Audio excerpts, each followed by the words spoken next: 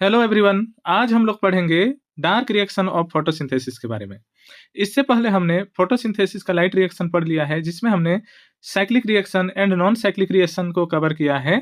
इसके अलावा हमने फोटोसिंथेसिस किन ऑर्गन में होता है, क्लोरोप्लास्ट का स्ट्रक्चर क्या होता है, एब्जॉर्प्शन स्पेक्ट्रा क्या होता है, फोटो सिस्टम का स्ट्रक्चर क्या होता है, सारी चीज़ों को पढ़ा है। अगर आप उन वीडियो को नहीं देखे हैं तो प्लेलिस्ट बना हुआ है चैनल में प्लांट फिजियोलॉजी के नाम से, आप जाकर देख सकते हैं, या इस वीडियो के डिस्क्रिप्शन में आप लोगों को वीडियो मिल जाएगा, या फिर आई बटन में भी आप क्लिक करके देख सकते हैं। आज के इस वीडियो में हम लोग डार्क रिएक्शन पढ़ेंगे। डार्क रिएक्शन में हमें क्या क्या पढ़ना होता है, C3 cycle, C4 cycle, CAM cycle and C2 cycle पढ़ना होता है। फ्रेंड्स, आज के इस वीडियो में हम लोग C3 साइकिल को कवर करेंगे, फिर अलग अलग पार्ट्स में हम लोग C4, कैम और C2 साइकिल को भी पढ़ेंगे। तो चलिए शुरू करते हैं C3 साइकिल। ये जो C3 साइकिल है, C3 साइकिल को हम लोग केल्विन साइकिल भी कहते हैं, क्योंकि इसकी खोज मेल्विन केल्विन ने की थी, और मेल्विन केल्विन और उनके सहयोगियों ने इसे 1961 में खोजा था। तब से इस साइकिल को हम लोग केल्विन साइकिल के नाम से जानते हैं। और इसे C3 साइकिल इसलिए कहते हैं क्योंकि इस साइकिल में जो प्राइमरी प्रोडक्ट बनता है, प्राथमिक स्थायी उत्पाद बनता है, वह 3 कार्बन वाला होता है, इसलिए इसको हम लोग C3 साइकिल कहते हैं। फ्रेंड्स, ये जो C3 साइकिल चलती है, ये क्लोरोप्लास्ट के अंदर चलती है, क्योंकि क्लोरोप्लास्ट में ही C3 साइकिल से रिलेटेड सारे इंपॉर्टेंट एंजाइम होते हैं। तो इनमें से एक इंपॉर्टेंट एंजाइम का नाम है रूबिस्को। यही एंजाइम है जो केल्विन साइकिल को स्टार्ट कराता है या C3 साइकिल को स्टार्ट कराता है। और ये जो C3 साइकिल स्टार्ट होता है वह RUBP से होता है, मतलब राइबोलोज 1,5 डाइफॉस्फेट या राइबोलोज 1,5 बिसफॉस्फेट से स्टार्ट होता है। तो होता कैसे है C3 साइकिल, देखिए। ये जो रूबिस्को एंजाइम है, ये रूबिस्को एंजाइम CO2 को पकड़ता है और CO2 को पकड़ करके RUBP के साथ जोड़ देता है, और RUBP के साथ जोड़ देता है, तब 3 कार्बन कंपाउंड वाले फॉस्फोग्लिसरिक एसिड का निर्माण होता है, और फॉस्फोग्लिसरिक एसिड के 2 मॉलिक्यूल बनते हैं, और फॉस्फोग्लिसरिक एसिड से आगे C3 साइकिल रन होता है। चूंकि फॉस्फोग्लिसरिक एसिड जो होता है वह 3 कार्बन कंपाउंड वाला होता है, और वह इस साइकिल का प्राइमरी स्टेबल प्रोडक्ट होता है, इसलिए इसको हम लोग C3 साइकिल कह देते हैं, ठीक है। लेकिन कभी कभी क्या होता है दोस्तों, ये जो रूबिस्को एंजाइम है, इसकी एफिनिटी CO2 के लिए जितनी होती है उतने ही O2 के लिए भी होती है। मतलब इस रूबिस्को एंजाइम CO2 को भी उतने ही पहचानता है जितना O2 को पहचानता है, ऐसा समझ सकते हैं। तो अगर एटमॉस्फेयर में या रूबिस्को एंजाइम के पास O2 का कंसंट्रेशन ज्यादा होता है तो रूबिस्को से O2 बाइंड हो जाता है। अगर CO2 का कंसंट्रेशन ज्यादा है तो CO2 बाइंड होता है। तो C3 साइकिल कब चलेगी? जब CO2 का कंसंट्रेशन ज्यादा हो तब C3 साइकिल चलेगी। लेकिन ऐसा समझिए, अगर O2 का कंसंट्रेशन ज्यादा है तो उस कंडीशन में तो रूबिस्को के साथ O2 बाइंड होगा, और रूबिस्को O2 को दे देगा RUBP के लिए, यानी O2 को जोड़ देगा RUBP के साथ। तो 2 कार्बन कंपाउंड वाले मॉलिक्यूल बनते हैं जिनको बोला जाता है फास्फोग्लाइकोलिक एसिड। और ये जो 2 कार्बन कंपाउंड वाले मॉलिक्यूल बनते हैं, इसलिए इसको हम लोग बोलते हैं C2 साइकिल।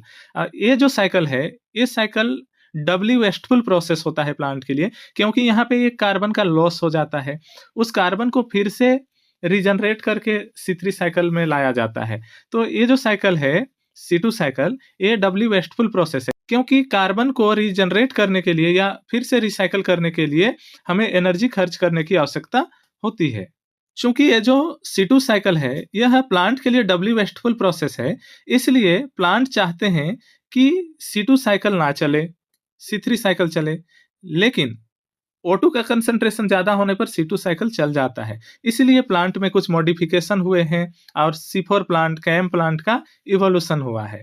वो सारी चीजें हम लोग नेक्स्ट वीडियो में समझेंगे। आज के इस वीडियो में हम लोग पढ़ने वाले हैं C3 साइकिल को, कि C3 साइकिल किस तरीके से होता है।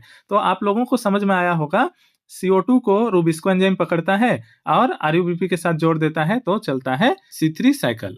तो चलिए हम लोग C3 साइकिल को अच्छी तरीके से समझ लेते हैं। फ्रेंड्स, ये जो साइकिल आपके सामने दिखाई दे रही है, ये है C3 साइकिल। देखने में तो काफी कॉम्प्लेक्स लग रहा है, पर है नहीं। आप लोगों को बहुत अच्छे से समझ में आएगा, बस आप लोग वीडियो को देखते चलिए। ये जो C3 साइकिल स्टार्ट होता है वह राइबोलोज 1,5 डाइफॉस्फेट से होता है। राइबोलोज 1,5 डाइफॉस्फेट में जब CO2 जोड़ा जाता है तब C3 साइकिल स्टार्ट हो जाता है। तो यहाँ पे एक एंजाइम होता है रूबिस्को, जिसको मैं यहाँ मेंशन करने भूल गया हूँ, आप लोग यहाँ पे रूबिस्को लिख लीजिएगा। तो रूबिस्को एंजाइम क्या करता है, ये जो RUBP है यानी कि राइबोलोज 1,5 डाइफॉस्फेट है, या राइबोलोज 1,5-20 फॉस्फेट है, इसमें CO2 को जोड़ देता है।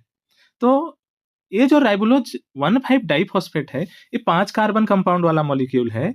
कुछ इस तरीके से 1 कार्बन, 2 कार्बन, 3, 4, 5 इस तरीके से 5 कार्बन कंपाउंड का बना हुआ राइबोलोज 1,5 डाइफॉस्फेट होता है।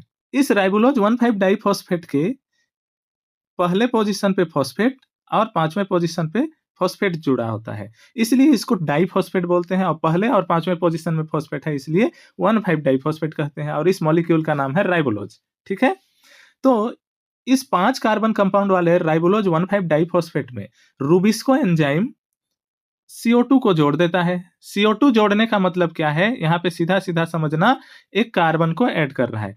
तो यहाँ पे 6वें पोजीशन में एक कार्बन ऐड हो जाएगा और O2 भी ऐड होगा। ठीक है, तो 6वें पोजीशन में एक कार्बन ऐड हुआ है। तो अब ये जो मॉलिक्यूल है, ये कितने कार्बन वाला बन गया है? 6 कार्बन वाला बन गया है। ठीक है, अब हमारे पास 6 कार्बन कंपाउंड वाला एक मॉलिक्यूल बन गया है। 6 कार्बन है, तो 6 कार्बन कंपाउंड वाला एक मॉलिक्यूल बन गया है, जिसके फर्स्ट पोजीशन पे एक फॉस्फेट ग्रुप है और 5वें पोजीशन पे एक फॉस्फेट ग्रुप है। तो अब यहाँ पे एक दूसरा enzyme, carboxy dismutase enzyme, I hope आप लोगों को दिखाई दे रहा होगा, या फिर आप लोग नोट करते चलिए। कार्बोक्सी डिसम्यूटेज एंजाइम इस 5वें पोजीशन के फॉस्फेट को 6वें पोजीशन के कार्बन पर ट्रांसफर कर देता है। मतलब 5वें पोजीशन में जो फॉस्फेट है, उसको 6वें पोजीशन में ट्रांसफर कर देता है, क्योंकि इसका नाम ही है डिसम्यूटेज, तो ये म्यूटेशन कर देता है। और इसके अलावा इस मॉलिक्यूल के बीचों बीच कट लगा देता है, मतलब 3 कार्बन कंपाउंड अलग बन जाएगा और 3 कार्बन कंपाउंड अलग बन जाएगा। जब यहाँ पे कट लग जाएगा, तो 3 कार्बन कंपाउंड वाले 2 मॉलिक्यूल बन जाते हैं, कुछ इस तरीके से, 1 2 3, 1 2 3, इस तरीके से 3 कार्बन कंपाउंड वाले 2 मॉलिक्यूल बन जाएंगे, जिनमें पहले, दूसरे, तीसरे पोजीशन पे फॉस्फेट लगा होगा। पहले, दूसरे, तीसरे पोजीशन पे फॉस्फेट लगा होगा, क्योंकि जो पहले पोजीशन में फॉस्फेट लगा था, वो भी तीसरे में चला जाएगा। क्यों? क्योंकि कार्बोक्सी डिसम्यूटेज एंजाइम उसको तीसरे में भेज देगा। ठीक है, तो इस तरीके से एक मॉलिक्यूल था राइबोलोज 1,5 डाइफॉस्फेट का, उसमें एक कार्बन जोड़ के बीच से उसको तोड़ दिया गया। तो बीच से तोड़ दिया गया तो 2 मॉलिक्यूल बन गए, और इन मॉलिक्यूल का नाम है, ये जो 3 कार्बन कंपाउंड वाले मॉलिक्यूल हैं, इनका नाम है फॉस्फोग्लिसरिक एसिड। और फॉस्फोग्लिसरिक एसिड है, तो कौन से पोजीशन में फॉस्फेट है? तीसरे पोजीशन में। तो इसको हम लोग क्या बोलेंगे? 3 फॉस्फोग्लिसरिक एसिड। ठीक है, तो यहाँ पे देखिए, राइबोलोज 1,5 डाइफॉस्फेट से क्या बन गया? 3 फॉस्फोग्लिसरिक एसिड बनता है। तो राइबोलोज 1,5 डाइफॉस्फेट के एक मॉलिक्यूल में एक कार्बन जोड़ के उसको बीच से तोड़ दिए, तो 2 मॉलिक्यूल किसके बने?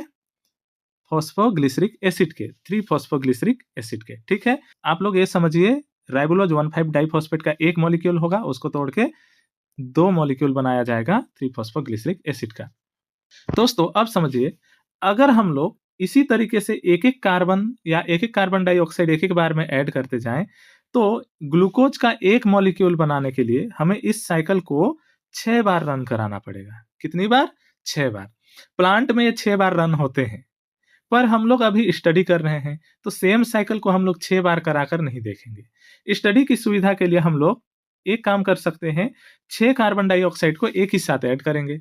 पर 6 कार्बन डाइऑक्साइड को एक साथ ऐड करना है, तो उसके लिए हमें क्या करना पड़ेगा? ये जो राइबोलोज 1,5 डाइफॉस्फेट है, इसके भी 6 मॉलिक्यूल लेने होंगे। ठीक है, और ये कितने कार्बन कंपाउंड वाला है? 5 कार्बन कंपाउंड वाला। तो हम लोग 6 मॉलिक्यूल को एक साथ लेकर साइकिल को रन कराकर देखते हैं। ठीक है, तो आप लोग यहाँ देखिए, हम लोग 6 मॉलिक्यूल लेते हैं राइबोलोज 1,5 डाइफॉस्फेट के, जो कितने कार्बन कंपाउंड वाला है? 5 कार्बन कंपाउंड वाला है। तो टोटल कार्बन कितने हो जाएंगे 6 मॉलिक्यूल में? 30 कार्बन हो जाएंगे। ठीक है, अब 6 मॉलिक्यूल राइबोलोज 1,5 डाइफॉस्फेट के हैं, वहां पे रूबिस्को एंजाइम 6 कार्बन डाइऑक्साइड जोड़ता है, और रूबिस्को एंजाइम 6 कार्बन डाइऑक्साइड जोड़ने के बाद कार्बोक्सी डिसम्यूटेज एंजाइम जब उनको तोड़ देगा, तो कितने फॉस्फोग्लिसरिक एसिड बनेंगे? 6 राइबोलोज 1,5 डाइफॉस्फेट हैं, तो 12 फॉस्फोग्लिसरिक एसिड बनेंगे, और उनके तीसरे पोजीशन में फॉस्फेट है, इसलिए 3 फॉस्फोग्लिसरिक एसिड हम लोग कहेंगे। तो 3 फॉस्फोग्लिसरिक एसिड के कितने मॉलिक्यूल बन गए? 12 मॉलिक्यूल, जो 3 कार्बन कंपाउंड वाले मॉलिक्यूल हैं। हर मॉलिक्यूल के पास 3 कार्बन है। ठीक है, इतनी बात समझ आई? अब देखो, 3 फॉस्फोग्लिसरिक एसिड के 12 मॉलिक्यूल का निर्माण हो चुका है, जो 3 कार्बन कंपाउंड वाले होते हैं। अब इनमें फिर से फॉस्फेट ग्रुप जोड़ा जाता है। 3 फॉस्फोग्लिसरिक एसिड के तीसरे पोजीशन में हमने देखा कि एक फॉस्फेट ग्रुप जुड़ा हुआ है। अब इसके पहले पोजीशन में भी फॉस्फेट ग्रुप जोड़ा जाता है। पहले पोजीशन में फॉस्फेट ग्रुप जोड़ने के लिए यहाँ पे एक एंजाइम काम करता है, फॉस्फोग्लिसरोकाइनेज एंजाइम। तो यहाँ पे फॉस्फोग्लिसरोकाइनेज एंजाइम इस 3 फॉस्फोग्लिसरिक एसिड के पहले पोजीशन पर भी फॉस्फेट ग्रुप जोड़ देता है। पहले कार्बन पर भी फॉस्फेट ग्रुप जोड़ देने से क्या बन जाएगा, 1,3 डाइफॉस्फोग्लिसरिक एसिड बन जाएगा। तो ये जो फॉस्फेट जोड़ा जाता है, तो फॉस्फेट के लिए 12 एटीपी लिया जाता है और 12 एटीपी में से एक एक एटीपी जोड़ दिया जाता है, तो बन जाता है 1,3 डाइफॉस्फोग्लिसरिक एसिड और 12 एटीपी यहाँ पे रिलीज हो जाते हैं। अब बन चुका है 1,3 डाइफॉस्फोग्लिसरिक एसिड। अब इस 1,3 डाइफॉस्फोग्लिसरिक एसिड में रिडक्शन होता है। रिडक्शन आप लोग जानते ही हैं, मैंने बताया है लाइट रिएक्शन में भी कि रिडक्शन का मतलब होता है इलेक्ट्रॉन गेन करना या एनर्जी इनपुट होना, है ना।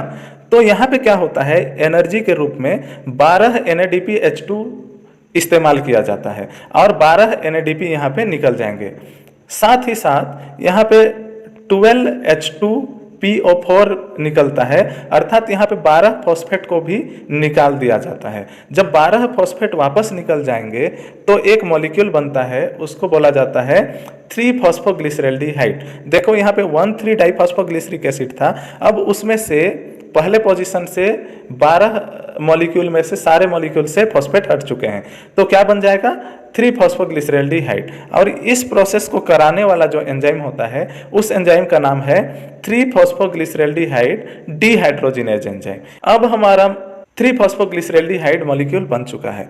3-फॉस्फोग्लिसरैल्डिहाइड के भी 12 मॉलिक्यूल हैं जो 3 कार्बन कंपाउंड वाले हैं, पर ये जो 3-फॉस्फोग्लिसरैल्डिहाइड हैं, इनके 12 मॉलिक्यूल एक साथ आगे यूज में नहीं आते हैं, इसके कुछ कुछ मॉलिक्यूल यूज में आते हैं। जैसे 3-फॉस्फोग्लिसरैल्डिहाइड के 5 मॉलिक्यूल अपने आइसोमर फॉर्म में कन्वर्ट हो जाते हैं, डाइहाइड्रोक्सी एसीटोन फॉस्फेट में कन्वर्ट हो जाते हैं, और इनको कन्वर्ट करने वाला एंजाइम होता है ट्रायोज फॉस्फेट आइसोमरेज। अब ये डाइहाइड्रोक्सी एसीटोन फॉस्फेट के 5 मॉलिक्यूल जो 3 कार्बन कंपाउंड वाले ही होंगे, इनमें से 3 मॉलिक्यूल और ये जो 3-फॉस्फोग्लिसरैल्डिहाइड के 3 मॉलिक्यूल आपस में कंबाइंड होकर एल्डोलेज एंजाइम के प्रेजेंस में फ्रक्टोज 1,6 डाइफॉस्फेट का फॉर्मेशन करते हैं। कैसे करते हैं, देखो ये जो डाइहाइड्रोक्सी एसीटोन फॉस्फेट है, इसमें क्या होता है, 3 कार्बन कंपाउंड वाले मॉलिक्यूल होते हैं, 1 2 3, इसके तीसरे पोजीशन पे एक फॉस्फेट जुड़ा हुआ है।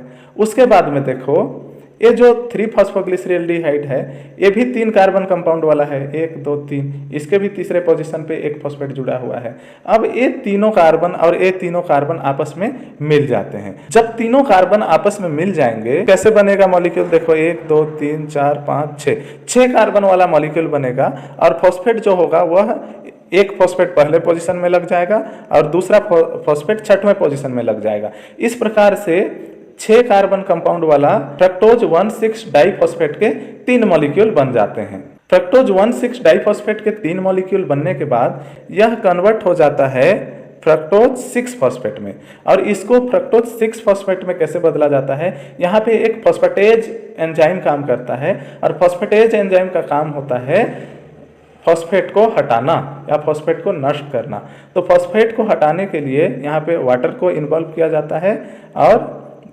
3H2PO4 के फॉर्म में 3 फॉस्फेट बाहर निकाल दिए जाते हैं। जब 3 फॉस्फेट यहाँ से बाहर निकाल दिए जाते हैं, तो पहले पोजीशन में जो फॉस्फेट था वह तो हट जाता है, तो 6वें पोजीशन में सिर्फ फॉस्फेट बचता है, तो उस मॉलिक्यूल को बोलते हैं फ्रक्टोज 6 फॉस्फेट। ये भी 6 कार्बन कंपाउंड वाला होगा और 3 मॉलिक्यूल इसके भी बनेंगे। अब इस फ्रक्टोज 6 फॉस्फेट में से एक मॉलिक्यूल कन्वर्ट हो जाता है ग्लूकोज में। फ्रक्टोज 6 फॉस्फेट में से एक मॉलिक्यूल बना लेता है ग्लूकोज, और बाकी बचे 2 मॉलिक्यूल फॉस्फोग्लिसरैल्डिहाइड के 2 मॉलिक्यूल के साथ कंबाइंड होते हैं और 2 कंपाउंड बनाते हैं, एक तो इरिथ्रोज 4 फॉस्फेट और एक जैलुलोज 5 फॉस्फेट। देखो फ्रक्टोज 6 फॉस्फेट के पास है 6 कार्बन, 1 2 3 4 5 6 कार्बन, और इसके 6वें पोजीशन में फॉस्फेट जुड़ा हुआ है। और 3-फॉस्फोग्लिसरैल्डिहाइड के पास है 3 कार्बन, 1 2 3, और इसके भी तीसरे पोजीशन में फॉस्फेट जुड़ा हुआ है। तो अब क्या होता है, देखो इसका जो पहला पोजीशन का कार्बन होता है यह यहाँ से निकल करके यहाँ जुड़ जाएगा यहाँ। तो क्या बन गया, 4 कार्बन कंपाउंड इधर हो गए और 5 कार्बन कंपाउंड इधर हो गए। तो इस प्रकार से जो 5 कार्बन कंपाउंड होते हैं वह बना लेते हैं जैल्यूलोज 5 फॉस्फेट, और 4 कार्बन कंपाउंड वाला मॉलिक्यूल कहलाता है इरिथ्रोज 4 फॉस्फेट। तो इरिथ्रोज में 4 कार्बन होते हैं जिसमें चौथे पोजीशन में फॉस्फेट जुड़ा होता है, और जैल्यूलोज में 5 कार्बन होते हैं जिसमें 5वें पोजीशन पे फॉस्फेट जुड़ा हुआ होता है। तो इस प्रकार से फॉस्फोग्लिसरैल्डिहाइड के 2 मॉलिक्यूल और फ्रक्टोज 6 फॉस्फेट के 2 मॉलिक्यूल आपस में मिलकर 2 मॉलिक्यूल बनाते हैं एरिथ्रोज 4 फॉस्फेट के, और 2 मॉलिक्यूल बना लेते हैं जैल्यूलोज 5 फॉस्फेट के, जो मैं यहाँ नीचे मेंशन किया हूँ 2 मॉलिक्यूल 2M 5 कार्बन कंपाउंड। और यहाँ मैंने मॉलिक्यूल मेंशन करना भूल गया हूँ, तो यहाँ आप मेंशन कर लीजिएगा 2 मॉलिक्यूल बनते हैं एरिथ्रोज 4 फॉस्फेट के। अब erythrose 4 phosphate oxy acetone phosphate के 2 मॉलिक्यूल के साथ मिलकर सिडोहेप्टुलेज 7 फॉस्फेट का निर्माण करते हैं। देखो एरिथ्रोज 4 फॉस्फेट जो है इसके पास 4 कार्बन है, 1 2 3 4 कार्बन, जिसके चौथे पोजीशन पे फॉस्फेट जुड़ा है, और डाईहाइड्रोक्सी एसीटोन फॉस्फेट के पास 3 कार्बन है जिसके तीसरे पोजीशन पे फॉस्फेट जुड़ा हुआ है। तो ये तीनों कार्बन और ये चारों कार्बन आपस में मिल जाते हैं तो 7 कार्बन वाला कंपाउंड बनाते हैं। तो उस 7 कार्बन कंपाउंड को बोला जाता है सेडोहेप्टुलेज 17 डाइफॉस्फेट कहा जाता है, क्योंकि एक फॉस्फेट इधर से और एक फॉस्फेट इधर से आता है। तो सेडोहेप्टुलेज 17 डाइफॉस्फेट का फॉर्मेशन होता है, और इसको कराने वाला एंजाइम होता है trans aldolase enzyme.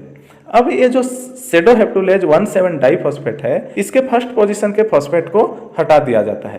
First position के फॉस्फेट को हटाने का काम करता है यहाँ पे फॉस्फेटेज एंजाइम। यहाँ से फॉस्फेट को हटाने के लिए वाटर इन्वॉल्व होता है और फॉस्फेट को बाहर कर दिया जाता है। तो फॉस्फेट को बाहर कर देने पर जो मॉलिक्यूल बनता है वह कहलाता है सिडोहेप्टुलेज 7 फॉस्फेट, क्योंकि पहले पोजीशन में से फॉस्फेट हट चुका है तो सेडोहेप्टुलेज 7 फॉस्फेट कहलाता है। इस प्रकार से सेडोहेप्टुलेज 7 फॉस्फेट के 2 मॉलिक्यूल बन जाते हैं। अब सेडोहेप्टुलेज 7 फॉस्फेट के 2 मॉलिक्यूल और यहाँ बचे हुए हैं फॉस्फोग्लिसरैल्डिहाइड के 2 मॉलिक्यूल, ये दोनों आपस में कंबाइन करते हैं और 2 मॉलिक्यूल बनाते हैं जैल्यूलोज 5 फॉस्फेट के, और 2 मॉलिक्यूल बना लेते हैं राइबोज 5 फॉस्फेट के।